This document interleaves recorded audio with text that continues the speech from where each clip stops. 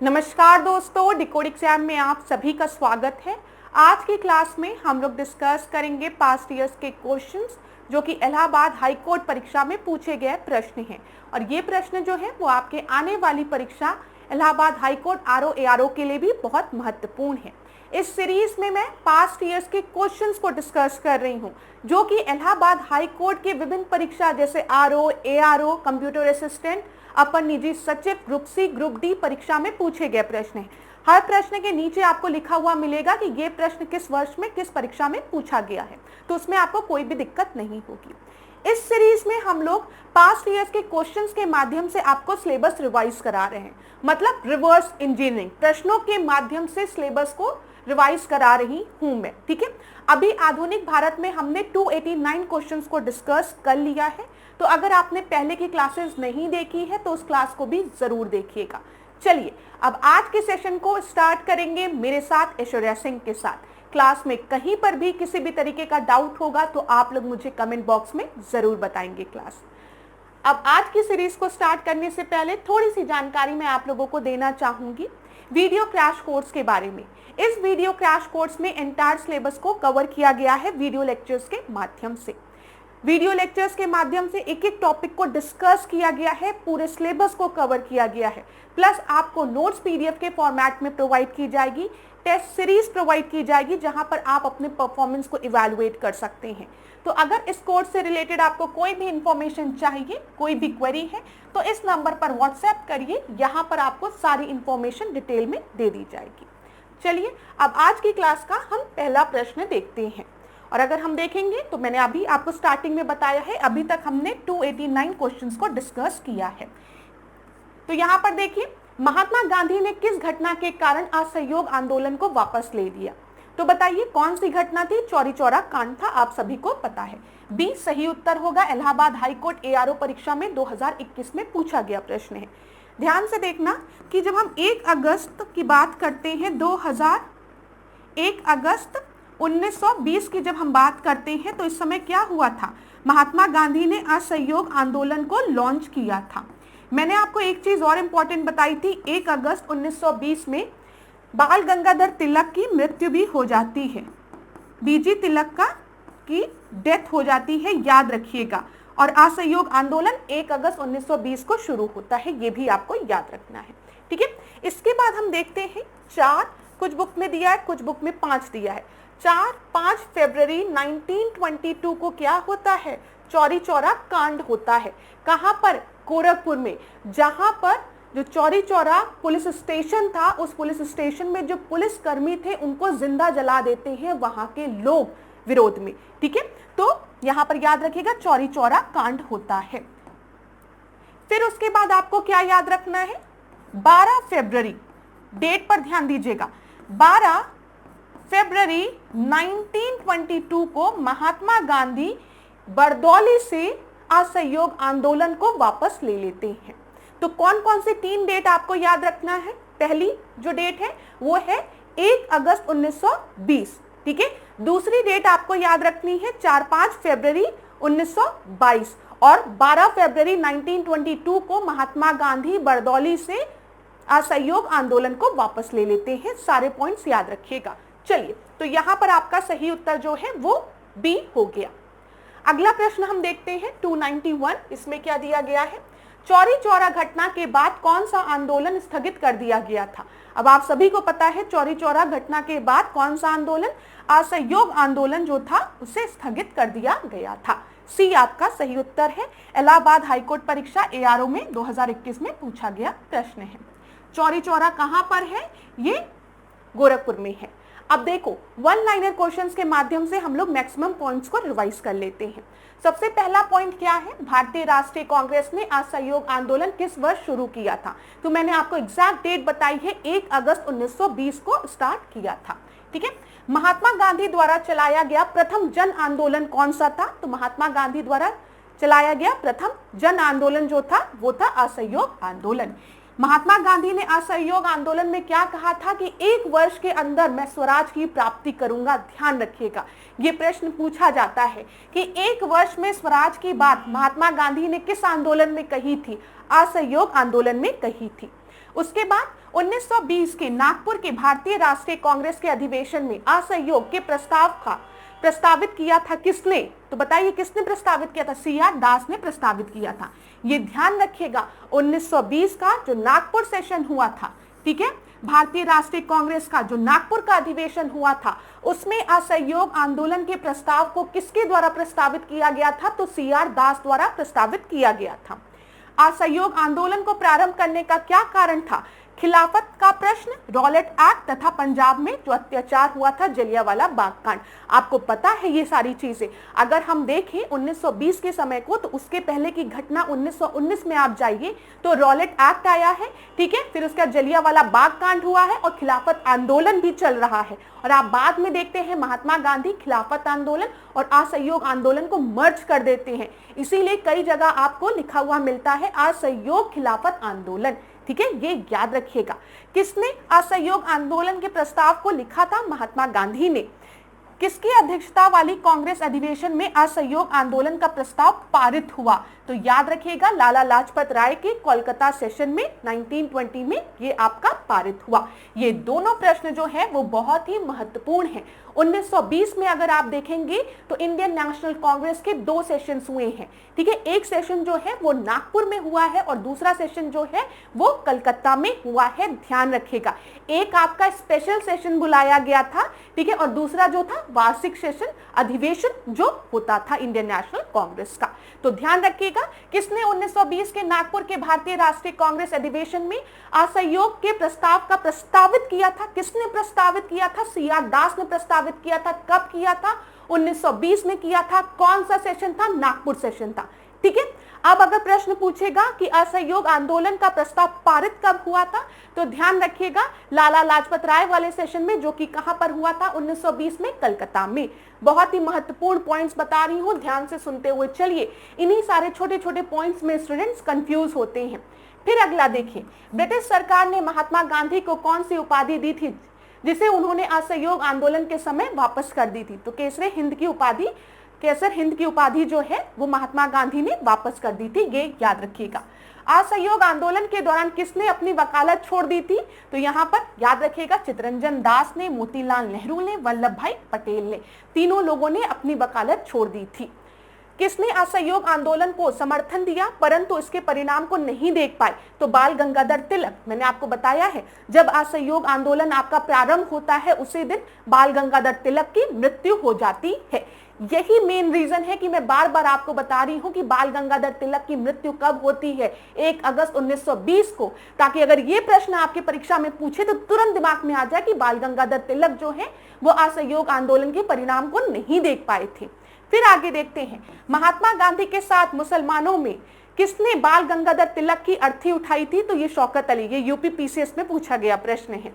तिलक की मृत्यु पर किसने कहा था मेरा सबसे मजबूत बचाव चला गया? ये महात्मा गांधी द्वारा ये स्टेटमेंट दिया गया था। महात्मा गांधी ने तिलक जी की मृत्यु पे क्या बोला था? मेरा सबसे मजबूत बचाव चला गया। आगे बढ़ते हैं, 1921 और 22 के असहयोग आंदोलन का मुख्य प्रतिफल क्या था? तो यहाँ पर हिंदू और मुस्लिम में यूनिटी देखने को मिलती है। अब अगला जो महत्वपूर्ण पॉइंट है वो आपको ये याद रखना है, असहयोग आंदोलन के दौरान कौन कौन सी आपकी विद्यापीठ जो है वो स्थापित की गई थी? तो यहाँ पे याद रखिएगा काशी विद्यापीठ जो है उसकी स्थापना 1920 में हुई थी असहयोग आंदोलन के दौरान। फिर गुजरात विद्यापीठ 1920 असहयोग आंदोलन के दौरान, जामिया मिलिया 1920 असहयोग आंदोलन के दौरान। तीनों याद रखिएगा, बताइए, चलिए रिपीट करिए। काशी विद्यापीठ 1920 असहयोग आंदोलन, गुजरात विद्यापीठ, ठीक है, 1920 असहयोग आंदोलन, ठीक है, फिर जामिया मिलिया 1920 असहयोग आंदोलन। डन।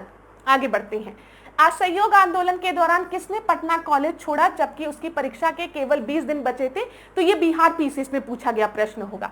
ऐसा प्रश्न जो है वो BPSC में पूछा जाता है। तो यहाँ पर उत्तर है जयप्रकाश नारायण। महात्मा गांधी के संबंध में सही कथन क्या है? 1920 में उन्होंने असहयोग आंदोलन प्रारंभ किया, उन्होंने ग्राम उद्योग संघ प्रारंभ किया था, ठीक है। असहयोग आंदोलन के दौरान नेशनल कॉलेज कोलकाता का प्राचार्य कौन था? तो वो थे SC बोस, सुभाष चंद्र बोस, ये याद रखिएगा। असहयोग आंदोलन के दौरान नेशनल कॉलेज कलकत्ता के आपके प्रिंसिपल कौन थे? सुभाष चंद्र बोस थे। ये 3 पॉइंट आपको याद रखना है। जो पॉइंट में स्टूडेंट्स को कंफ्यूजन होती है वो ये है, जब हम असहयोग आंदोलन की बात करेंगे तो असहयोग आंदोलन के समय 1920 में इंडियन नेशनल कांग्रेस का 2 सेशन होता है। जल्दी से बताओ कौन कौन सा होता है? नागपुर, ठीक है, जिसमें क्या किया जाता है? असहयोग आंदोलन का प्रस्ताव रखा जाता है। उसकी अध्यक्षता किसने की है? यहाँ पर ध्यान दीजिएगा, किसके द्वारा? तो CR दास द्वारा रखा जाता है। जब हम कलकत्ता सेशन की बात करते हैं, इसमें असहयोग आंदोलन आपके पारित होता है और इसकी अध्यक्षता किसने की है? लाला लाजपत राय ने की है। ये चीज क्लियर हो गया। कौन कौन से विद्यापीठ का गठन हुआ है? काशी विद्यापीठ 1920, और दूसरा आपको याद रखना गुजरात विद्यापीठ, और जामिया, यहाँ पर देखिए जामिया मिलिया, ठीक है, हो गया 1920। ये सारे पॉइंट्स आपके दिमाग में होने चाहिए। अब 1-2 पॉइंट और जल्दी से मैं आपको रिवाइज कराती हूँ। देखो, असहयोग आंदोलन का शुरू कब से हुआ? तो जल्दी से बताओ। 1 अगस्त 1920, 1 अगस्त 1920, 1 अगस्त 1920 को और क्या हुआ है? बाल गंगाधर तिलक की मृत्यु हुई है, ठीक है। असहयोग आंदोलन को प्रस्तावित कब किया गया? तो ध्यान रखना है आपको, यहाँ पर 1920 सितंबर में, ठीक है। असहयोग आंदोलन का प्रस्ताव का अनुसमर्थन कब हुआ? 1920 में, ठीक है। गुजरात विद्यापीठ की हम बात करेंगे तो 1920 में इसका गठन हुआ है।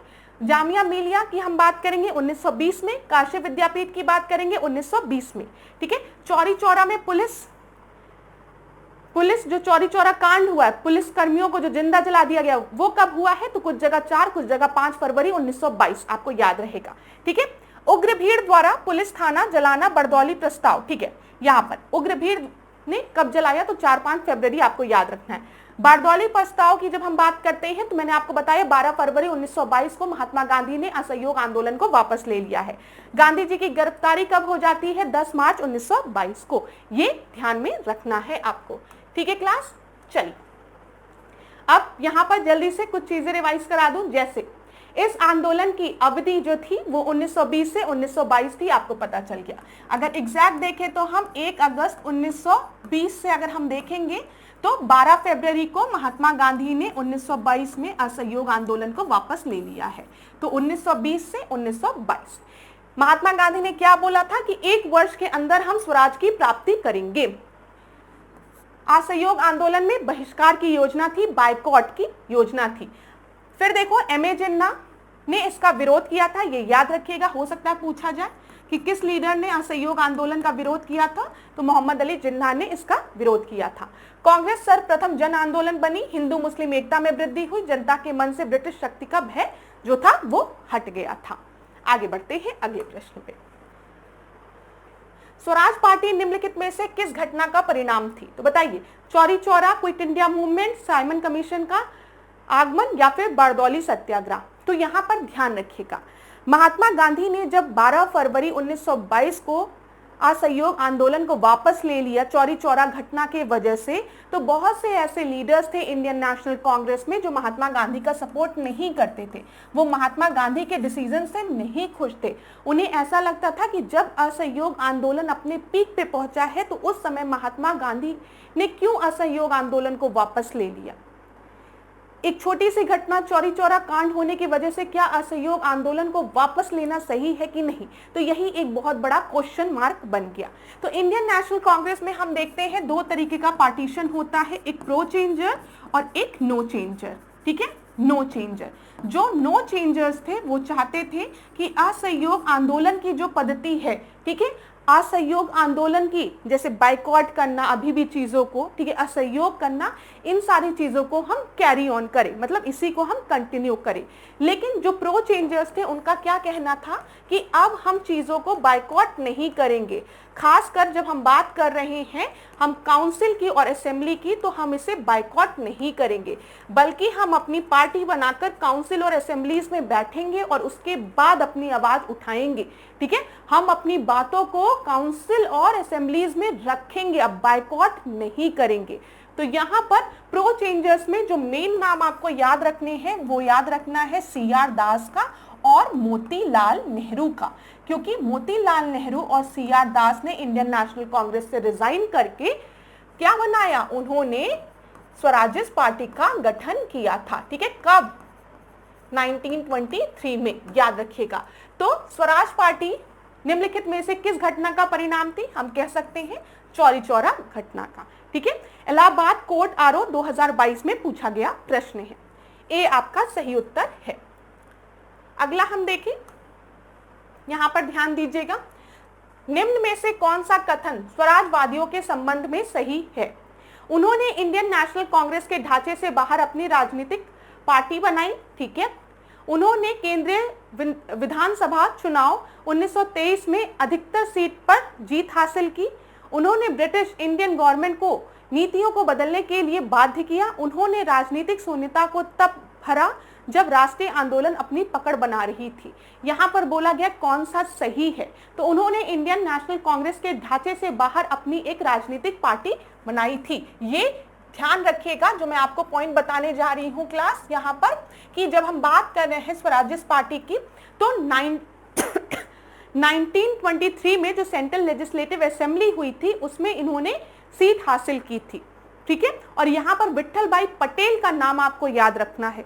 ठीक है, विट्ठल भाई पटेल का, तो इनका जो मेन पर्पस था स्वराज जिस पार्टी का, कि हम सीट हासिल करेंगे ना कि हम बाइकॉट करेंगे, जो मैंने आपको बताया है, उस चीज को इन्होंने पूरा किया था। दे वन द उन्होंने केंद्रीय विधान चुनाव 1923 में अधिकतर सीट पर जीत हासिल की थी। तो देखिए, चितरंजन दास और मोतीलाल नेहरू ने 1923 में इलाहाबाद में कांग्रेस खिलाफत स्वराज पार्टी, जिसे हम स्वराज पार्टी के नाम से भी जानते हैं, उसकी स्थापना की थी। इसके अध्यक्ष कौन थे? सीआर दास थे। महासचिव कौन थे? मोतीलाल नेहरू थे। ठीक है, क्लियर है। स्वराजवादियों ने कांग्रेस से अलग होने के बाद भी अपने आप को कांग्रेस के अभिन्न अंग के रूप में प्रचारित किया था और यह तय किया था कि नई पार्टी कांग्रेस के अंदर रहकर ही चुनाव लड़ेगी। ये सबसे इंपॉर्टेंट चीज है, ये ध्यान रखिएगा। ऐसा नहीं था कि इंडियन नेशनल कांग्रेस को उन्होंने पूरी तरीके से छोड़ दिया था। अभी आप आगे देखेंगे, अभी हम 1923 की बात कर रहे हैं, 1925 में आप पढ़ेंगे तो सीआर दास की मृत्यु हो जाती है। ठीक है, सीआर दास की मृत्यु हो जाती है और बाद में मोतीलाल नेहरू जो है वो फिर इंडियन नेशनल कांग्रेस को ज्वाइन कर लेते हैं और इंडियन नेशनल कांग्रेस की अध्यक्षता भी करते हैं। मोतीलाल नेहरू द्वारा ही नेहरू रिपोर्ट बनकर तैयार की गई है, जिसमें इंडियन नेशनल कांग्रेस किस चीज की डिमांड करता है? डोमिनियन स्टेटस की डिमांड करता है। ध्यान रखिएगा इन सारे पॉइंट्स को। तो अगर कोई आपसे कहे कि स्वराज पार्टी जो थी वो पूरी तरीके से इंडियन नेशनल कांग्रेस के अगेंस्ट थी, नहीं, बस ये था कि इंडियन नेशनल कांग्रेस में ही दो गुट बन चुके थे, जिसमें से एक गुट कह रहा था कि हम असहयोग आंदोलन में जो चीजें थी बाइकॉट की, उसको हम कैरी करेंगे, और दूसरा गुट कह रहा था नहीं, अब हम काउंसिल और असेंबली में बैठने के बाद अपनी बातों को रखेंगे। तो ये वाला जो ग्रुप था उसने स्वराज पार्टी का गठन किया था 1923 में। नवंबर 1923 के चुनाव में स्वराज पार्टी को काफी सफलता मिली। सेंट्रल लेजिस्लेटिव असेंबली की 101 निर्वाचित सीटों में से अगर हम देखें तो इन्होंने 42 सीटें जीती थी। तो 101 सीट्स में से 42 सीट्स जो थी वो किसे मिली थी? स्वराज पार्टी ने उस पर जीत हासिल की थी। ये याद रखिएगा। अभी आगे चल के कुछ और भी चीजों को हम देखते हैं। निम्नलिखित में से कौन स्वराज पार्टी का संस्थापक था? चिल्ला चिल्ला के मैंने आपको बता दिया, आपको सीआर दास और मोतीलाल नेहरू का नाम याद रखना है। 2021 में पूछा गया प्रश्न है। अगला हम देखते हैं, स्वराज पार्टी का उद्देश्य क्या था? संपूर्ण स्वतंत्रता के लिए आंदोलन, कांग्रेस के प्रस्तावों का बहिष्कार, ऐसा कुछ भी नहीं था। संपूर्ण स्वतंत्रता के लिए आंदोलन, ऐसा भी कुछ नहीं था। हम पूर्ण स्वतंत्रता की बात 1929 के लाहौर सेशन में कहते हैं। उसके पहले हम डोमिनियन स्टेटस स्वराज की ही बात कर रहे हैं, हम पूर्ण स्वराज की बात कहीं भी नहीं कर रहे हैं। विधायिका में प्रवेश करना तथा इसके अंदर सरकार की कमियों को उजागर करना, जो चीज मैंने आपको बताई है, मेन इनका पर्पस यही था कि हम बाइकॉट नहीं करेंगे बल्कि हम विधायिका में प्रवेश करेंगे और अंदर पहुंचकर हम कमियों को क्या करेंगे? उजागर करेंगे। ये प्रश्न 2021 में एआरओ परीक्षा में पूछा गया है। सी आपका सही उत्तर है। अगला देखते हैं, मोतीलाल नेहरू तथा सीआर दास ने स्वराज पार्टी की स्थापना किस स्पष्ट उद्देश्य के लिए की थी? तो यहाँ पर ध्यान रखिएगा, विधानसभाओं के अंदर पहुंचकर उनका नाश करने के लिए, प्रांतीय परिषदों के चुनाव लड़ने के लिए, प्रशासन में सहयोग के लिए, अंग्रेजों का खुला विरोध करने के लिए। तो मैंने अभी आपको बताया है, जब हम स्वराज पार्टी की बात कर रहे हैं तो इनका मेन पर्पस यही था कि हम क्या करेंगे, हम काउंसिल में प्रवेश करने के बाद, विधायिका में प्रवेश करने के बाद जो सरकार की कमियां हैं उसको उजागर करेंगे। इसी के लिए उन्होंने सीट भी लड़ा, जिसमें से 101 सीट्स में उन्हें 42 सीट्स में जीत भी हासिल हुई थी। ये याद रखिएगा। चलिए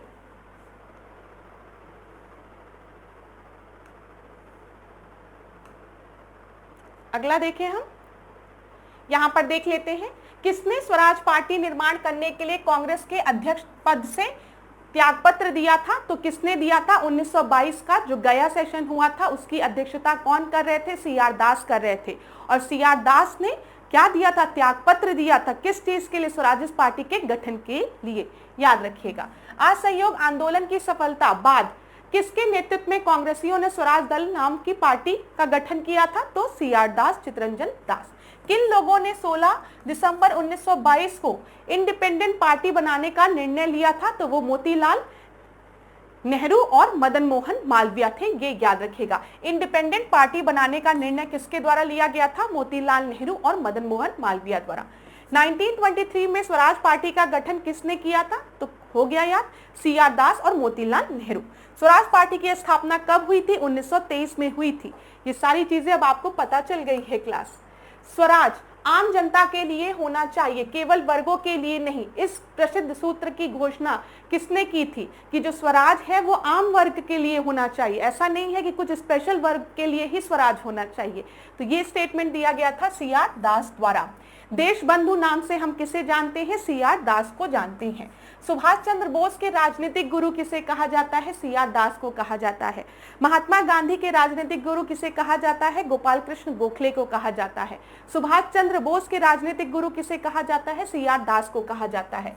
सीआर दास को और हम किस नाम से जानते हैं? देश बंधु नाम से जानते हैं। याद रखिएगा। कांग्रेस के 1922 और 23 में स्वराज ग्रुप के में कौन शामिल था? तो सीआर दास शामिल थे, ठीक है। मोतीलाल नेहरू और हकीम अजमल खान भी शामिल थे। हकीम अजमल खान का भी नाम याद रखिएगा। स्वतंत्रता पूर्व भारत में किसने केंद्रीय विधानसभा में स्वराज दल का समर्थन किया था? तो एमए जिन्ना ने किया था। मोहम्मद अली जिन्ना की जब हम बात करते हैं, अभी थोड़ी देर पहले मैंने एक प्रश्न आपको दिया था जिसमें पूछा गया था कि असहयोग आंदोलन का समर्थन किसने नहीं किया था, और उस प्रश्न का सही उत्तर क्या था? मोहम्मद अली जिन्ना। इसमें क्या पूछा गया है? स्वतंत्रता पूर्व भारत में किसने केंद्रीय विधानसभा में स्वराज दल का समर्थन किया है? तो एमए जिन्ना ने। दोनों पॉइंट याद रखिएगा। एमए जिन्ना ने असहयोग आंदोलन का समर्थन नहीं किया था, लेकिन स्वराज पार्टी का समर्थन किया था। बिहार में स्वराज दल का गठन किसने किया था? श्री कृष्ण सिंह ने। ये बिहार पीसीएस में पूछा गया प्रश्न होगा, तो इसको आप स्किप भी कर सकते हैं। 1923 के विधान परिषद चुनाव में स्वराज पार्टी ने कहां पर बहुमत हासिल की थी? तो मध्य प्रांत में। ये याद रखिएगा। सेंट्रल लेजिस्लेटिव असेंबली का के प्रथम भारतीय अध्यक्ष कौन थे? स्पीकर कौन थे? यही चीज मैं आपको बताने वाली थी, विट्ठल भाई पटेल। ये याद रखिएगा। सेंट्रल लेजिस्लेटिव असेंबली के प्रथम भारतीय अध्यक्ष कौन थे? विट्ठल भाई पटेल थे। और ये स्वराज पार्टी की एक बहुत बड़ी जीत थी, ये ध्यान में रखिएगा, ठीक है। चलो आगे बढ़े। तो अब मुझे कुछ चीजें बता दो जल्दी से। जैसे मैं सीआर दास की बात करूंगी तो आपको क्या क्या पॉइंट याद रखना है? सबसे पहला पॉइंट क्या याद रखोगे? इन्हें हम देश बंधु नाम से भी जानते हैं, ठीक है। ये सुभाष चंद्र बोस के राजनीतिक गुरु थे, ये भी याद रखना है आपको। तीसरा पॉइंट, गया सेशन से किसने रिजाइन किया था 1922 में? तो सीआर दास ने। 1923 में स्वराज पार्टी का गठन किसने किया था? सीआर दास ने किया था। किसने कहा था जो स्वराज है वो केवल एक वर्ग तक नहीं सीमित होना चाहिए, बल्कि सारे वर्गों के लिए ये होना चाहिए, ऐसा नहीं कि स्पेशल वर्ग के लिए बस हो स्वराज। तो ये भी स्टेटमेंट किसके द्वारा दिया गया था? सीआर दास द्वारा दिया गया था। और बहुत इंपॉर्टेंट पॉइंट आपको याद रखना है, सेंट्रल लेजिस्लेटिव असेंबली के पहले भारतीय स्पीकर कौन थे? तो वो थे विट्ठल भाई पटेल, ठीक है, 1925 में। ये सारी पॉइंट क्लियर हो गए होंगे। देखिए क्लास, यहाँ पर इसीलिए मैं प्रश्नों के माध्यम से क्या कर रही हूँ, आपको सिलेबस का रिवीजन करा रही हूँ। इतनी चीजें क्लियर हो गई होगी। अभी एक टाइमलाइन भी बता दूंगी, क्लियर है ना। चलो अब आगे देखते हैं। 297 क्वेश्चन को हम देखते हैं, साइमन कमीशन से रिलेटेड है। कांग्रेस के नेताओं ने साइमन कमीशन का बहिष्कार किया था। कारण है लाला लाजपत राय की मृत्यु पुलिस की लाठियों पड़ने से हुई थी। तो यहाँ पर ध्यान दीजिए, जब साइमन कमीशन भारत आया था तो कांग्रेस द्वारा इसका बहिष्कार किया गया था। बिल्कुल सही है, मैंने आपको बताया है हर जगह go back Simon, go back Simon, ठीक है। और काला झंडा दिखाया जा रहा था। क्यों? क्योंकि साइमन कमीशन में कोई भी भारतीय सम्मिलित नहीं थे, ये ध्यान रखिएगा। और साइमन कमीशन भारत आया क्यों था? जो मॉन्टेग्यू चेम्सफोर्ड रिफॉर्म हुआ था 1919 का, उसी में ये बोला गया था कि 10 साल बाद एक कमेटी आएगी जो कि रिव्यू करेगी। ठीक है, तो इसी को रिव्यू करने के लिए साइमन कमीशन को पहले ही अपॉइंट कर दिया जाता है। लेकिन साइमन कमीशन का विरोध जो है हर जगह होता है, क्योंकि उसमें किसी भी भारतीय को सम्मिलित नहीं किया जाता है, ये ध्यान रखिएगा। लाला लाजपत राय की मृत्यु जो है वो लाहौर में बिल्कुल सही है, साइमन कमीशन के विरोध के दौरान ही हुई है। स्कॉट ने क्या किया था? लाठी चार्ज करा दिया था, जिसकी वजह से नवंबर 1928 में लाला लाजपत राय की मृत्यु हो जाती है। ये सही है, दोनों ही स्टेटमेंट बिल्कुल सही है, लेकिन एक दूसरे की सही व्याख्या नहीं कर रहे हैं। तो A and R are true and R is correct explanation? No, correct explanation नहीं है। A and R are true but R is not a correct explanation of A, ये सही है। ठीक है, साइमन कमीशन का विरोध इसलिए नहीं हो रहा था कि लाला लाजपत राय की मृत्यु हो गई थी, इसलिए हो रहा था क्योंकि उसमें कोई भारतीय नहीं सम्मिलित थे, और इसी वजह से लाला लाजपत राय भी विरोध कर रहे थे और उनको लाठी लग गई थी। फिर मैंने आपको बताया है कि लाला लाजपत राय ने क्या कहा? जितनी लाठियां इन्होंने मुझे मारी है उतनी ही कीलें इनकी कफन में गड़ेगी आने वाले समय में। तो ए आपका सही उत्तर है। क्यों भाई, डी क्यों है? ना, लाला लाजपत राय की मृत्यु नहीं, जो मैंने आपको बताया वो सही है। ठीक है, यहां पर ध्यान दीजिएगा। कांग्रेस के नेताओं ने साइमन कमीशन का बहिष्कार किया, लाला लाजपत राय की मृत्यु पुलिस की लाठियां पड़ने से हुई। बोथ स्टेटमेंट आर राइट, दोनों स्टेटमेंट सही है, but R is not the correct explanation. ठीक है, तो ए आपका सही उत्तर होगा। आप इसको यहां पर वो कर सकते हैं। चलिए अगला हम देखते हैं 298 हम देखते हैं। ठीक है, क्या दिया गया है यहाँ पे? करेक्ट एक्सप्लेनेशन नहीं है। कांग्रेस इसलिए बहिष्कार करी थी क्योंकि कोई भारतीय नहीं सम्मिलित थे। हाँ, लाला लाजपत राय की मृत्यु इस वजह से हुई थी, वो सही है। अगला हम देखते हैं 1940 में तत्कालीन गवर्नर जनरल द्वारा प्रस्तावित अगस्त प्रस्ताव से संबंधित निम्नलिखित वाक्यों को पढ़ना है आपको। तो ये भाई अगस्त ऑफर अभी 1940 वाला क्यों दे दिया? एक काम करिए, अभी हम 1940 में नहीं पहुंचे हैं, तो इसको आप स्किप कर दीजिए। 298 प्रश्न को आप स्किप करिए, एक सीक्वेंस में चलेंगे। अभी हम 1928 में हैं, अभी हम डिस्कस कर लेंगे आने वाली क्लास में। इसको देखते हैं। When did the British government appoint the Simon Commission? Simon commission की अपॉइंटमेंट कब हुई है? नवंबर 1927 में। हम एक सीक्वेंस में चल रहे हैं क्लास, इसी वजह से इसी सीक्वेंस में मैं आपको पढ़ा रही हूँ। कई बार बुक्स में भी गलत आंसर दिए रहते हैं, तो आप परेशान नहीं होंगे। अगर आपको कहीं डाउट होता है तो आप मुझे फिर कमेंट बॉक्स में बताइएगा। ठीक है, हम लोग आगे बढ़ते हैं। अगला हम देखते हैं निम्नलिखित में से कौन साइमन कमीशन का सदस्य नहीं था बोला गया है। तो यहाँ पर क्लेमेंट एटली का नाम दिया गया है, जॉर्ज लेन फॉक्स का नाम दिया गया, वेनार्ड हॉटसॉन का नाम दिया गया, लॉर्ड बर्कनहेड का नाम दिया गया है। तो यहाँ पर जो आपका सही उत्तर है वो क्या है? ध्यान दीजिएगा, जब हम साइमन कमीशन की बात करते हैं तो साइमन कमीशन में आपके 7 मेंबर्स थे, और वो 7 मेंबर्स कौन कौन थे एक बार सुन लो, ध्यान दो। साइमन कमीशन के जो 7 सदस्य थे वो कौन कौन थे? सबसे पहले सर जॉन साइमन आपको याद रखना है, क्लेमेंट एटली आपको याद रहेगा, ठीक है, क्योंकि अभी हम पढ़ते भी हैं। जॉर्ज लेन फॉक्स का नाम, डोनाल्ड हार्वर्ड, एडवर्ड कैडागन, ठीक है, बोनर हॉटसॉन, हैरी लेवी लासन, ये जो थे 7 मेंबर्स, ये कौन थे? ये साइमन कमीशन के मेंबर्स थे। ठीक है, अब यहाँ पर देखो क्लेमेंट एटली है, ठीक है, फॉक्स याद रखो, फॉक्स है, वर्मन है, ब्रिकनहेड नहीं है। ठीक है, डी आपका सही होगा, डी जो है वो आपका सही है। ब्रिकनहेड की अगर हम बात करें तो जो ब्रिकनहेड थे वो सेक्रेटरी थे, और ब्रिकनहेड ही तो मोतीलाल नेहरू को चैलेंज देते हैं। जब भारत में साइमन कमीशन का विरोध हो रहा होता है और भारतीय कह रहे होते हैं कि साइमन कमीशन में कोई भी भारतीय क्यों नहीं सम्मिलित है, तो ब्रिकनहेड कहते हैं कि अगर भारतीय इतने सक्षम हैं तो क्यों नहीं वो अपनी एक रिपोर्ट तैयार करते हैं। आप अपनी एक रिपोर्ट तैयार करिए और आपके यहाँ की जितनी भी पार्टीज हैं आप उसमें सहमत होइए, ठीक है, फिर वो रिपोर्ट आप मेरे पास पेश करिए, आप जो कहेंगे उसको मैं करूंगा। ठीक है, एक ओपन चैलेंज देते हैं ब्रिकनहेड, जिसको कि मोतीलाल नेहरू एक्सेप्ट करते हैं, और नेहरू रिपोर्ट रिपोर्ट बनकर तैयार हो जाती है। याद रखिएगा, साइमन कमीशन की रिपोर्ट बनने के पहले नेहरू रिपोर्ट तैयार हो जाती है, जिसमें हम डोमिनियन स्टेटस की मांग करते हैं। लेकिन ब्रिटिश सरकार कुछ नहीं करती है। इंडियन नेशनल कांग्रेस 1 साल का समय भी देती है कि आपके पास 1 साल का समय है, नेहरू रिपोर्ट के जो प्रोविजन है उसको आप इंप्लीमेंट करिए। लेकिन ब्रिटिश सरकार कुछ नहीं करती है, ब्रिक इन हैंड चुप रहते हैं। फिर उसके बाद जो हमारे यंग लीडर हैं सुभाष चंद्र बोस, जवाहरलाल नेहरू, अब इनका कहना है कि हमें डोमिनियन स्टेटस चाहिए ही नहीं, हमें पूर्ण स्वराज चाहिए, स्वराज नहीं पूर्ण स्वराज। तो हम देखते हैं लाहौर सेशन 1929 में जवाहरलाल नेहरू की अध्यक्षता में इंडियन नेशनल कांग्रेस अपना एक नया रिजोल्यूशन पास करता है और वो कहता है कि हमें आज से पूर्ण स्वराज चाहिए। चलो अब एक बार देख लेते हैं वन लाइनर क्वेश्चन के माध्यम से। दक्षिण भारत में किस पार्टी ने साइमन कमीशन का बहिष्कार नहीं किया था? तो याद रखिएगा, दक्षिण भारत की एकमात्र पार्टी जिसने कि साइमन कमीशन का बहिष्कार नहीं किया था वो थी जस्टिस पार्टी। ठीक है, याद रखिएगा। लखनऊ में साइमन कमीशन के बहिष्कार का नेतृत्व कर रहे 2 प्रमुख नेता कौन थे? तो वो थे जवाहरलाल नेहरू और गोविंद बल्लभ पंत। दोनों लोगों का नाम याद रखिएगा कि जैसे हमने देखा लाहौर में साइमन कमीशन का विरोध कौन कर रहा था? लाला लाजपत राय। ठीक है, उसी तरीके से अगर हम देखें लखनऊ में साइमन कमीशन का विरोध कौन कर रहा था? तो जवाहरलाल नेहरू और गोविंद बल्लभ पंत। साइमन कमीशन की नियुक्ति किसने की थी? तो उस समय जो ब्रिटिश प्रधानमंत्री स्टेनली बाल्डविन थे उनके द्वारा इसकी नियुक्ति की गई थी। साइमन कमीशन कब नियुक्त हुआ था? अभी मैंने आपको बताया 1927 में। तो याद रखिएगा, साइमन कमीशन की नियुक्ति ब्रिटिश प्रधानमंत्री स्टेनली बाल्डविन द्वारा की गई थी। ठीक है, फिर कब की गई थी? नवंबर 1927 में। जॉन साइमन कमीशन की अध्यक्षता में गठित साइमन कमीशन में कुल कितने सदस्य थे? तो मैंने आपको बताया है 7 सदस्य थे।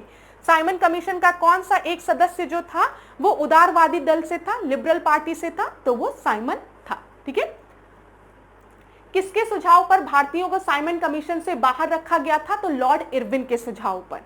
चलिए, कांग्रेस ने अपने किस अधिवेशन में साइमन कमीशन का प्रत्येक स्तर एवं प्रत्येक स्वरूप में बहिष्कार करने का निर्णय दिया था? तो ये मद्रास सेशन 1927 में।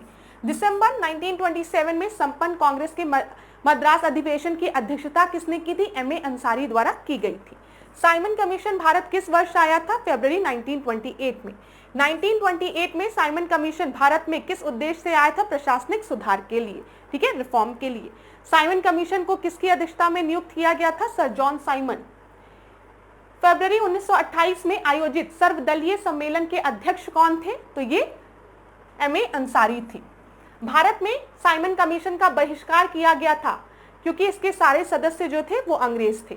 ब्रिटिश सरकार द्वारा भेजे गए साइमन कमीशन का बहिष्कार किया गया था क्योंकि कमीशन में कोई भी भारतीय सम्मिलित नहीं था। लाला लाजपत राय कैसे घायल हुए थे? जब वो लाहौर में साइमन कमीशन का विरोध कर रहे थे। किसने कहा था मेरे ऊपर किए गए लाठियों का एक एक प्रहार ब्रिटिश सरकार के ताबूत की आखिरी कील साबित होगी? तो ये लाला लाजपत राय द्वारा कहा गया था। ठीक है क्लास, इतनी चीजें क्लियर हो गई। अब यहाँ पर जो मेन पॉइंट्स हैं जो आप लोगों को थोड़ा सा कंफ्यूजन होती है उसको मैं एक बार हाईलाइट कर देती हूँ। सबसे इंपॉर्टेंट चीज आपको यहाँ पर याद रखना है कि किस पार्टी ने, कौन सी ऐसी पार्टी थी दक्षिण भारत की जिसने साइमन कमीशन का विरोध नहीं किया था? जल्दी से बता दो। जस्टिस पार्टी ने नहीं किया था। साइमन कमीशन का विरोध लाहौर में कौन कर रहा था? लाला लाजपत राय कर रहे थे। लखनऊ में कौन कर रहा था? तो बताएंगे आप, जवाहरलाल नेहरू और गोविंद बल्लभ पंत कर रहे थे। ठीक है, साइमन कमीशन की नियुक्ति किसके द्वारा की गई थी? ब्रिटिश प्रधानमंत्री द्वारा की गई थी। उनका नाम क्या था? स्टेनली बाल्डविन था। ठीक है, ये याद रखिएगा, बहुत ही इंपॉर्टेंट है। दूसरा प्रश्न, साइमन कमीशन को अपॉइंट कब किया गया था? नवंबर 1927 में। साइमन कमीशन भारत कब पहुंचती है? फरवरी 1928 में। साइमन कमीशन में कितने मेंबर होते हैं? 7 मेंबर होते हैं। ठीक है, जिसकी अध्यक्षता कौन करता है? सर जॉन साइमन करते हैं, जो कि किस दल से थे? उदारवादी दल से थे। सारे पॉइंट याद रखना है। साइमन कमीशन का बायकॉट करेंगे, ये किस अधिवेशन में कहा गया था? तो ये मद्रास अधिवेशन में 1927 में कहा गया था, जिसकी की अध्यक्षता कौन कर रहे थे? एम ए अंसारी कर रहे थे। ये याद रखिएगा। अच्छा, साइमन कमीशन में किसी भी भारतीय को सम्मिलित ना किया जाए, ये सजेशन किसने दिया था? तो इरविन ने दिया था। ये भी याद रखना है। इरविन ने सजेशन दिया था कि साइमन कमीशन में किसी भी भारतीय को सम्मिलित नहीं किया जाए। चलो, अब ये सारी बातें बता दी है। अब सॉल्ट सत्याग्रह की बात करते हैं। आशा करती हूँ क्लास आप लोगों को ये सेशन समझ में आ रहा होगा। कहीं पर भी डाउट होता है तो मुझे बताइएगा। एक सेशन में मैंने गलती से क्या कर दिया था, 1914 को 2014 बोल दिया गया था, तो एक दो स्टूडेंट एकदम गुस्सा आ गए, मैम बाल गंगाधर तिलक 2014 आप क्या। उतना मुझे भी पता है, लेकिन ये फ्लो में ना बोलते बोलते लगातार बोलना पड़ता है, तो कभी कभी एक छोटी सी ह्यूमन एरर हो जाती है। नहीं होना चाहिए, इस चीज़ को भी मैं स्वीकार करती हूँ। एज अ फैकल्टी जब मैं आपको पढ़ा रही हूँ तो पूरा एकदम बोलते समय कुछ एरर नहीं होना चाहिए, लेकिन अगर कहीं पे छोटी मोटी एरर हो जाए तो उसको समझ जाया करो और छोड़ दिया करो, ठीक है, करेक्ट कर लिया करो खुद, क्योंकि आपको खुद पता होगा 1914 की जगह 2014 बोल दिया, ठीक है। इसी तरीके से अभी स्टार्टिंग में भी थोड़ा सा 1920 2000, अब हम लोग 2020 2021 2000 ऐसे बोलते हैं तो वो हो जाता है। ध्यान रखिएगा लेकिन उन बातों पे, ठीक है। अगर कुछ ऐसी मिस्टेक होती है तो उसको सही कर लीजिएगा। चल अब बात करते हैं नमक सत्याग्रह की। तैयार हो नमक सत्याग्रह के लिए? चलो नमक सत्याग्रह देखो, अगर हम देखें ये जो मार्च था वो कब से स्टार्ट हुआ? ये जो मार्च था वो स्टार्ट हुआ है 12 मार्च 1930, ठीक है, और आपका कब एंड हुआ है? 6 अप्रैल 1930 को, ठीक है। कहां पर से स्टार्ट होता है आपका? तो साबरमती से दांडी, ये याद रखिएगा। इसमें महात्मा गांधी अपने कितने फॉलोवर्स के साथ हैं? 78 फॉलोवर्स के साथ हैं, ये ध्यान में रखिएगा। सॉल्ट मार्च की हम बात कर रहे हैं। ऐसा बोला जाता है कि महात्मा गांधी आगे आगे थे और पीछे उनके अनुयायी थे, फॉलोवर्स थे, और सारे लोग जो थे वो खादी के वस्त्र धारण किए थे। तो जैसे लग रहा था कि एक नदी जो है वो बह रही है। मार्च इस तरीके से होता था। आप सोचिए ना, इमेजिन करिए कितना खूबसूरत रहता होगा, मतलब कितना, अगर मार्च चल रहा है, ठीक है। पहले तो विलेजेस हुआ करते थे, लोग अपने घर में बैठ के मोबाइल टीवी नहीं देखते थे, लोग बाहर खटिया बिछाकर आराम से चाय पानी शाम को पीते थे, बात करते थे एक दूसरे से, गुड़ पानी आता था, सब लोग खुशी खुशी बात करते थे। अब इसी में कहीं से कोई आया, कहा कि गांधी जी आ रहे हैं, तो आप सोचिए लोगों में कितनी उत्साह रहती रही होगी, सब चल देते होंगे पैदल। देखो बहुत एक ऐसे ही एक बात बोलने जा रही हूं मैं, ध्यान से सुनिएगा। जीवन में अगर आपको, मैं जब भी सॉल्ट मार्च पढ़ाती हूं तो ये चीज जरूर बोलती हूँ, जब भी जीवन में आपको किसी के साथ एक अच्छे संबंध स्थापित करने हैं तो आप उसके साथ चलिए, ठीक है, उसी की स्पीड में उसके साथ वॉक करिए। जब हम किसी के साथ चलते हैं और बात करते हैं ना तो हमारे संबंध मजबूत होते हैं।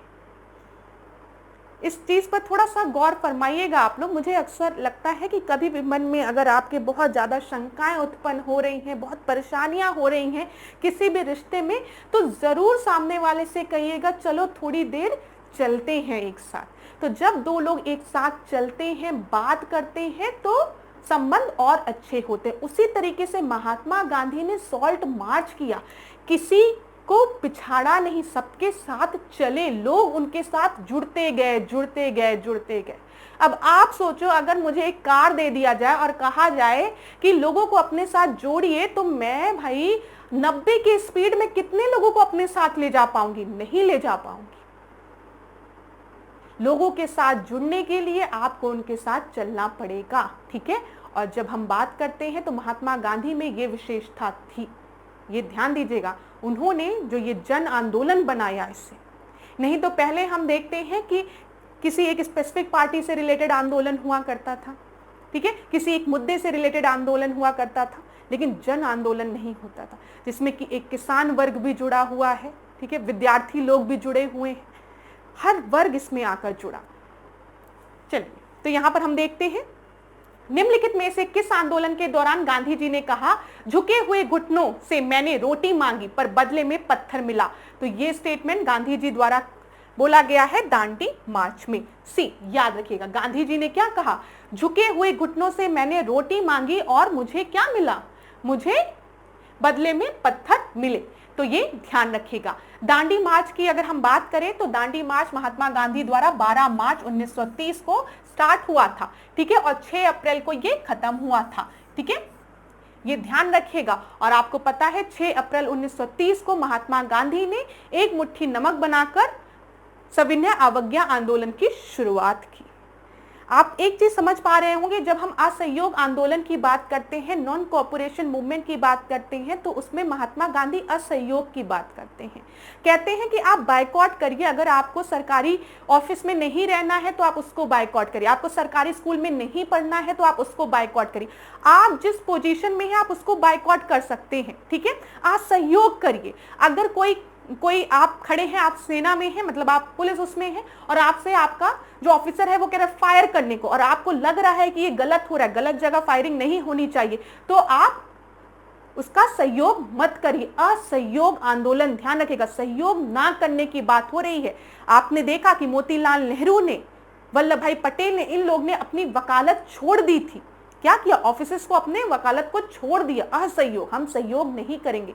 लेकिन अब हम बात करें सविनय अवज्ञा आंदोलन, मतलब अब हम लॉस को ब्रेक करेंगे।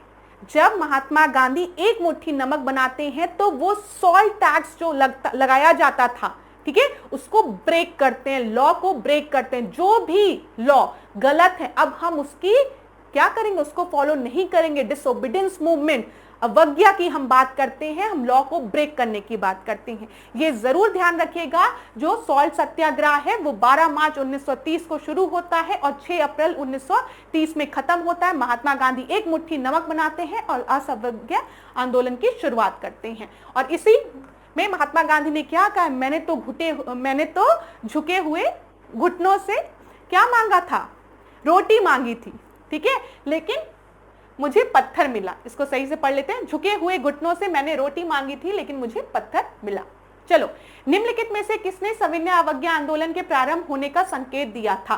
पूर्ण स्वराज की घोषणा ने, 1930 का दांडी मार्च, 1930 में महात्मा गांधी की गिरफ्तारी या गोलमेज सम्मेलन। तो मैंने आपको बताया सविनय अवज्ञा आंदोलन कब शुरू होता है? जब 6 अप्रैल 1930 को महात्मा गांधी एक मुट्ठी नमक बनाते हैं। उस दिन वो सॉल्ट टैक्स जो लिया जाता है, जो लॉ है, उसको ब्रेक करते हैं, ठीक है। तो दांडी मार्च से ये शुरू होता है। क्लियर है? अब अगला देखते हैं, दांडी मार्च के साथ सविनय अवज्ञा आंदोलन कब किया था? तो यहां पर देखो 5 मार्च दिया गया है, 12 मार्च, ठीक है, 1929 दिया गया है, 1932 दिया गया है। तो यहाँ पे दांडी मार्च वॉज लॉन्च्ड। आप ध्यान दीजिएगा, मैंने आपको बताया है कि जो दांडी मार्च है वो आपका 12 मार्च 1930 को शुरू हुआ है और 6 अप्रैल 1930 तक चला है, ये ध्यान रखिएगा। चलिए आगे बढ़ते हैं। 6 अप्रैल 1930 को भारतीय इतिहास में किस रूप में याद किया जाता है? तो मैंने अभी आपको बता दिया है, दांडी मार्च बाय महात्मा गांधी। ए आपका सही उत्तर है। निम्नलिखित में से किसने अप्रैल 1930 में नमक कानून तोड़ने के लिए तंजौर तट पर एक मार्च का आयोजन किया था? तो यहाँ पर तंजौर तट की बात की गई है कि जिस तरीके से महात्मा गांधी दांडी में मार्च कर रहे थे, उसी तरीके से तंजौर तट पर किसने मार्च किया था? तो श्री राजा गोपालचारी। डी आपका सही उत्तर है। 2021 में पूछा गया प्रश्न है, ये पीसीएस परीक्षा में भी पूछा गया प्रश्न है, ठीक है। अप्रैल 1930 में गांधी जी के दांडी मार्च के साथ साथ दक्षिण भारत में नमक आंदोलन का तेजी के साथ प्रसार हुआ। 1930 में नमक कानून तोड़ने के लिए तंजौर तट पर श्री राजा गोपालचारी ने तृष्णापल्ली से विद्राणयम तक की यात्रा की थी, ये याद रखिएगा। ऐतिहासिक दांडी मार्च किससे संबंधित था? नमक कानून का उल्लंघन। हम पहली बार कानून का उल्लंघन करने की बात कर रहे हैं। अब सिविल डिसोबीडियंस मूवमेंट के बाद हम देखते हैं, जब हम क्विट इंडिया मूवमेंट की बात करते हैं 1942 में, तो महात्मा गांधी क्या कहते थे? डू और डाई ना, करो या मरो। अब हो गया है, अब तो भगाओ यार इन ब्रिटिशर्स को यहां से। चलो आगे देखते हैं, दांडी मार्च से निम्न में से कौन सा आंदोलन प्रारंभ हुआ था? आप में से सारे स्टूडेंट्स को पता है कौन सा है, जल्दी बोलो। सिविल डिसोबीडियंस मूवमेंट, सी आपका सही उत्तर है। 1930 का सविनय अवज्ञा आंदोलन किस मुद्दे के आधार बनाते हुए शुरू हुआ था? तो मैंने आपको बताया, ब्रिटिश सरकार द्वारा नमक एकाधिकार था। ब्रिटिश सरकार ने क्या कहा था कि नमक बनाने पर खाली ब्रिटिश सरकार का एकाधिकार है, कोई आम जो लोग हैं हमारे और आपकी तरह वो नमक नहीं बना सकते तट पर जाकर, ठीक है। पूरी तरीके से मोनोपोली, एकाधिकार करके रखा था और आम लोगों से टैक्स लेते थे, सॉल्ट टैक्स। अब आप बताओ, नमक डाल रहे हो, टैक्स लेने आगे, तो गलत है ना। तो महात्मा गांधी ने कहा कि हम सबसे पहले क्या करेंगे? सॉल्ट टैक्स को ब्रेक करेंगे। अब देखो, नमक एक ऐसी चीज होती है ना जो सब खाते हैं, जिसका कोई भेद ही नहीं है, समझ में आ रहा है? खाने में थोड़ा सा भी नमक ना हो तो वो बेस्वाद हो जाता है। लोग आम बोलचाल में कहते हैं मैंने तुम्हारा नमक खाया है। समझ में आ रहा है? तो यहाँ पर महात्मा गांधी ने क्या किया? सॉल्ट टैक्स को ब्रेक किया था। सी आपका सही उत्तर है। ये जरूर याद रखिएगा 12 मार्च 1930 को ये स्टार्ट हुआ था और 12 मार्च से 6 अप्रैल 1930। महात्मा गांधी के नमक सत्याग्रह आंदोलन को किसने नेतृत्व दिया था? एनी बेसेंट ने, मृदुला साराभाई ने, मुथुलक्ष्मी ने, सरोजनी नायडू ने। तो यहाँ पर सरोजनी नायडू जो है वो आपका सही उत्तर है। ठीक है, ये याद रखिएगा। यहाँ पर ध्यान दीजिए, एक बार देख लेते हैं। महात्मा गांधी द्वारा चलाए गए नमक सत्याग्रह आंदोलन के समय प्रमुख आंदोलनकारियों सहित उन्हें गिरफ्तार कर लिया गया था, महात्मा गांधी को। इसके पश्चात हम देखते हैं इस मूवमेंट को किसने लीड किया था? सरोजनी नायडू ने लीड किया था। सरोजनी नायडू ने 21 मई 1930 को प्रदर्शनकारियों का नेतृत्व करते हुए धरसाना सॉल्ट वर्कर्स के खिलाफ विरोध प्रदर्शन किया था। ये ध्यान रखिएगा। ठीक है, ये प्रश्न पूछा जाता है, धरसाना सॉल्ट वर्कर्स के खिलाफ विरोध का नेतृत्व किसने किया था? तो वो सरोजनी नायडू थी। ये ध्यान में रखिएगा आप लोग। चलिए अगला हम देखें। महात्मा गांधी के नेतृत्व में चलाई गई प्रसिद्ध नमक यात्रा के संबंध में असत्य कथन को आपको बताना है। कौन सा स्टेटमेंट जो है वो आपका करेक्ट नहीं है, ये आपको बताना है। नमक कानून का तोड़ना सविनय अवज्ञा आंदोलन की शुरुआत थी। अच्छा, यह यात्रा दांडी से प्रारंभ हुई थी तथा साबरमती आश्रम में समाप्त हुई थी। चलो, लगभग 10 मील प्रतिदिन के हिसाब से कार्यकर्ता 24 दिन तक चलते रहे थे। महात्मा गांधी ने 6 अप्रैल को नमक बनाकर नमक कानून का उल्लंघन किया। तो ध्यान रखिएगा, जब हम बात करते हैं दांडी मार्च की, तो दांडी मार्च की शुरुआत जो है वो कहां से हुई है? 12 मार्च 1930 को दांडी मार्च शुरू हुआ है साबरमती आश्रम से और कहां तक गया है? दांडी तक गया है। दांडी कब पहुंचे हैं? 6 अप्रैल 1930 में। ठीक है, ध्यान रखिएगा ये चीज। 24 दिन तक ये यात्रा चली है जिसमें महात्मा गांधी के साथ 78 अनुयायी थे। तो यहाँ पर कौन सा गलत है? ये गलत है। यह यात्रा दांडी से नहीं, ये यात्रा जो है वो साबरमती आश्रम से प्रारंभ हुई है और दांडी में समाप्त हुई है। तो बी आपका गलत हो गया। समझ में आ गया? चलो, अब वन लाइनर क्वेश्चन के माध्यम से जल्दी से रिवाइज करा दो। महात्मा गांधी ने वाइसरॉय को 31 जनवरी 1930 को एक पत्र लिखा, 11 सूत्रीय मांग की बात की और प्रस्तुत किया, जिसे ना मानने पर क्या शुरू करने की चेतावनी दी थी। तो याद रखिएगा, महात्मा गांधी ने 11 सूत्रीय मांग की बात की थी 31 जनवरी 1930 को और बोला था कि अगर हमारी 11 मांगे जो है वो नहीं पूरी होंगी तो भारत में सविनय अवज्ञा आंदोलन की शुरुआत होगी। तो ये चीज क्लियर है। यहाँ पर देखो, अब आपके अगर पेपर में प्रश्न बनेगा महात्मा गांधी के 11 सूत्रीय मांग की, तो हमेशा याद रखना ये मांग महात्मा गांधी ने कब की है? 31 जनवरी 1930 में। ठीक है, दांडी मार्च आपका स्टार्ट कब हुआ है? 12 मार्च 1930 को। ठीक है, एंड कब हुआ है? 6 अप्रैल 1930 को। और 6 अप्रैल 1930 को सिविल डिसोबीडियंस मूवमेंट आपका स्टार्ट हुआ, CDM। ठीक है, ये चीज क्लियर है। घुटने टेक कर मैंने रोटी मांगी थी और बदले में मुझे पत्थर मिला, ये महात्मा गांधी ने किस समय कहा है? दांडी मार्च के समय कहा है। क्यों महात्मा गांधी ने कहा? देखिए, महात्मा गांधी 11 सूत्रीय मांग की बात कर रहे हैं, तो घुटने टेक कर मैंने रोटी मांगी थी लेकिन मुझे पत्थर मिला, महात्मा गांधी ने बोला है। 12 मार्च 1930 को गांधी ने अपने कितने समर्थकों के साथ साबरमती यात्रा प्रारंभ की थी? दांडी यात्रा, साबरमती से दांडी यात्रा प्रारंभ की थी। तो ये कितने अनुयायियों के साथ? 78, आपको पता है। सविनय अवज्ञा आंदोलन के रूप में महात्मा गांधी ने दांडी मार्च कब प्रारंभ की थी? तो 12 मार्च 1930 को। गांधी जी ने किस वर्ष साबरमती आश्रम छोड़ा और स्वराज प्राप्ति के बाद ही लौटने का व्रत लिया? तो ये महात्मा गांधी ने कब छोड़ा है? 12 मार्च 1930 को। 1930 में महात्मा गांधी ने सविज्ञा अवज्ञा आंदोलन कहां से आरंभ किया? तो दांडी से। ये सारी चीजें क्लियर हो गई होगी। दांडी यात्रा के साथ ही कौन सा आंदोलन प्रारंभ हुआ था? सविनय अवज्ञा आंदोलन। गांधी जी ने दांडी यात्रा कहां से प्रारंभ की थी? साबरमती से। ये आपको पता है, साबरमती से दांडी तक। दांडी मार्च क्यों शुरू किया गया था? नमक कानून तोड़ने के लिए।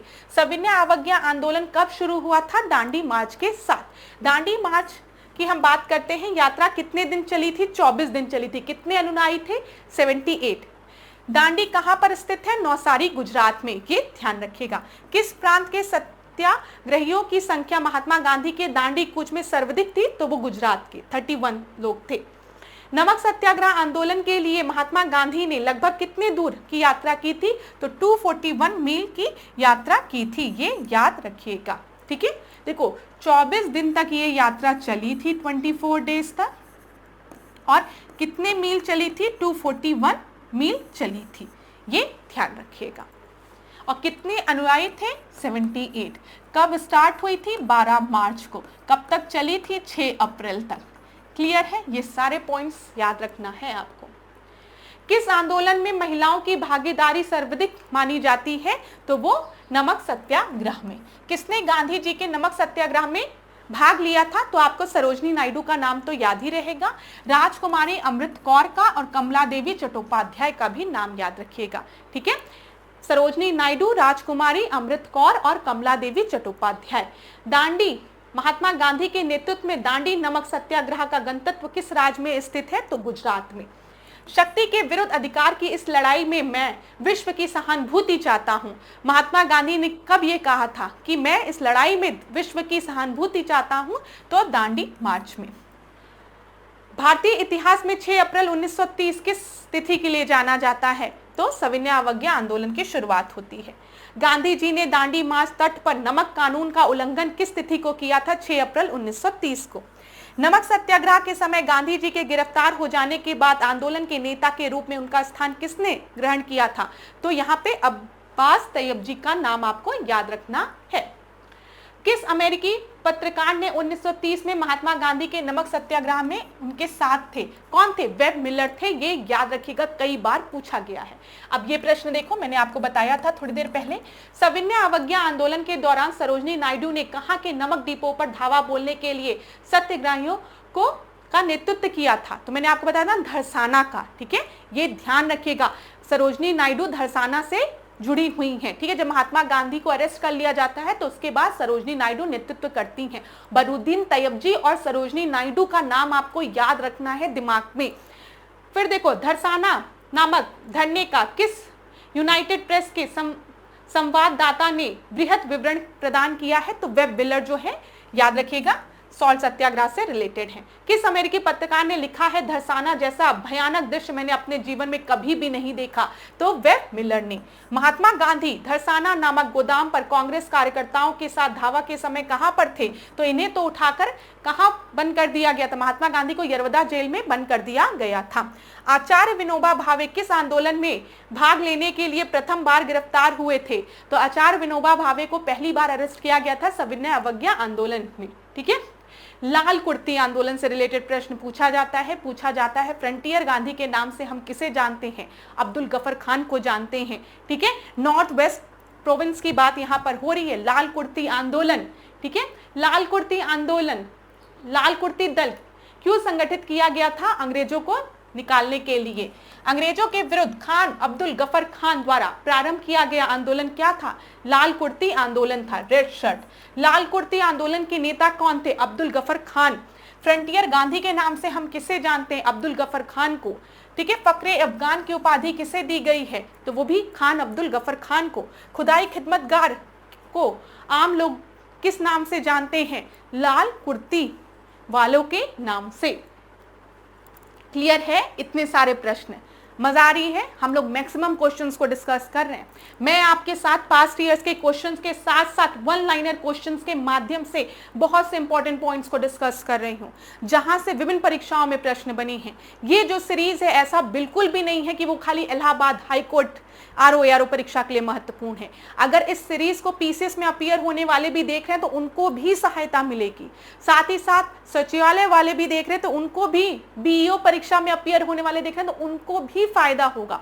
देखो तो पूरी क्लासेस को लगातार देखो, दिमाग में खुद ही टाइमलाइन बैठेगी। लेकिन एक क्लास देखोगे, दूसरी क्लास नहीं देखोगे, तीसरी क्लास नहीं देखोगे, चौथी क्लास देखोगे तो कैसे फर्क पड़ेगा? क्लास एक सीक्वेंस में क्लास को देखिए, तभी दिमाग में चीजें बैठेगी। चलिए अब आगे देखते हैं, पूना पैक्ट की बात करते हैं। पूना पैक्ट किस चीज से रिलेटेड था? फार्मर से, लेबर से, विमेन से या फिर डिप्रेस क्लास से? तो ये डी। देखिए पूना पैक्ट के पहले आपको ये चीज पता होना चाहिए कि जो सेकेंड राउंड टेबल कॉन्फ्रेंस थी उसमें महात्मा गांधी ने पार्टिसिपेट किया था। जो पहली राउंड टेबल कॉन्फ्रेंस थी, गोलमेज सम्मेलन, उसमें इंडियन नेशनल कांग्रेस ने पार्टिसिपेट नहीं किया था। क्यों नहीं किया था? क्योंकि उस समय भारत में सविनय अवज्ञा आंदोलन शुरू हो गया था इंडियन नेशनल कांग्रेस द्वारा, तो वो पार्टिसिपेट नहीं करती है। लेकिन फर्स्ट राउंड टेबल कॉन्फ्रेंस का कोई नतीजा भी नहीं निकलता है, बल्कि बोला जाता है कि मेक इंश्योर, मतलब श्योर करो कि इस चीज को एकदम पक्का करो कि सेकेंड राउंड टेबल कॉन्फ्रेंस में इंडियन नेशनल कांग्रेस भी आए। तो इरविन क्या करते हैं? महात्मा गांधी के साथ एक पैक्ट साइन करते हैं, जिसको कि गांधी इरविन पैक्ट कहा जाता है, जिसमें गांधी जी की कुछ मांगों को पूरा किया जाता है और कुछ चीजें इरविन बोलता है। इरविन कहता है गांधी जी से कि हम आपकी मांगे पूरी कर देंगे, लेकिन आपको सविनय अवज्ञा आंदोलन को यहीं पर रोकना होगा और सेकेंड राउंड टेबल कॉन्फ्रेंस में पार्टिसिपेट करने के लिए लंदन चलना होगा। महात्मा गांधी मान जाते हैं, कहते हैं इरविन से कि आप को यहीं पे एंड करते हैं, नेक्स्ट क्लास में आपसे मिलेंगे। इसी तरीके से मेरे साथ ऐश्वर्या सिंह के साथ डिकोड एग्जाम के साथ बने रहिए। लास्ट में जाते जाते एक ही चीज कहूंगी कि खुद पर भरोसा रखिए, परिश्रम करिए, मेहनत करिए। एक समय आएगा जब जीवन में आपको सफलता जरूर मिलेगी, लेकिन उस समय के पहले आपको परिश्रम तो करना पड़ेगा, अपनी तैयारी मजबूत रखनी पड़ेगी। खुद पर भरोसा रखिए और खूब पढ़िए, खूब आगे बढ़िए और अपने स्वास्थ्य का ध्यान दीजिए, क्योंकि हेल्थ इज वेल्थ। जब आप स्वस्थ रहेंगे तभी आप जीवन में आगे बढ़ पाएंगे। तो धन्यवाद क्लास, खूब पढ़िए, खूब आगे बढ़िए। मेरे साथ ऐश्वर्या सिंह के साथ डिकोड एग्जाम के साथ बने रहिए।